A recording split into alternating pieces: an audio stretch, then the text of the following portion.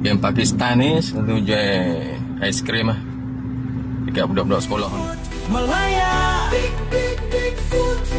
Malaya, bersama kita bangkit suara.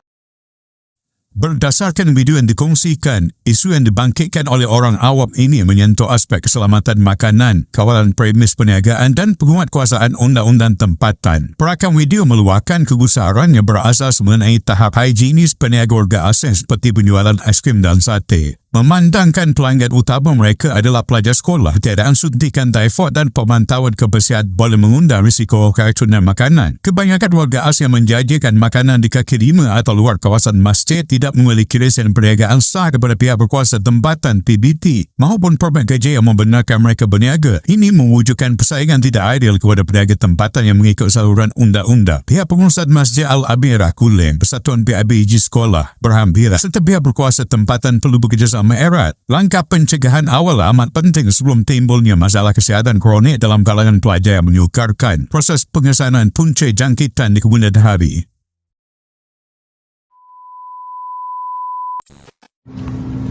Masjid Amirah Kulim lah. Tengok setiap minggu hari Jumaat geng petani ni jual sate.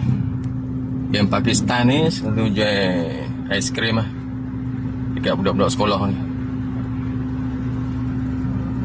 Tolonglah pihak-pihak wajib, pihak-pihak masjid, pihak-pihak yang ada autoriti ambil tahu benda-benda ni. Kita tak tahu tahap kebersihan diri mereka ni ataupun produk. Esok je kalau jadi sakit baru kita nak melatah macam tu. Pihak-pihak PIBG sekolah menengah yang berdekatan dengan sekolah Masjid Amirah ni, tolong ambil tindakan. Tak boleh bagi geng-geng yang hidup menjaga. Geng-geng Pakistan ni bukan ada permit pun, lesen apa pun tak ada ni satunya. Tolong pihak-pihak wajib ambil tahu benda ni. Dia melibatkan kesihatan anak-anak kita juga benda ni. Budak-budak memang tak tahu apa. Geng-geng warga asing ni dia guna kesempatan lah. Orang kita sedekah benda-benda dekat masjid ni untuk orang makan. Mereka ni buat duit senang-senang. Pihak masjid pun tak kata apa. Payah lah.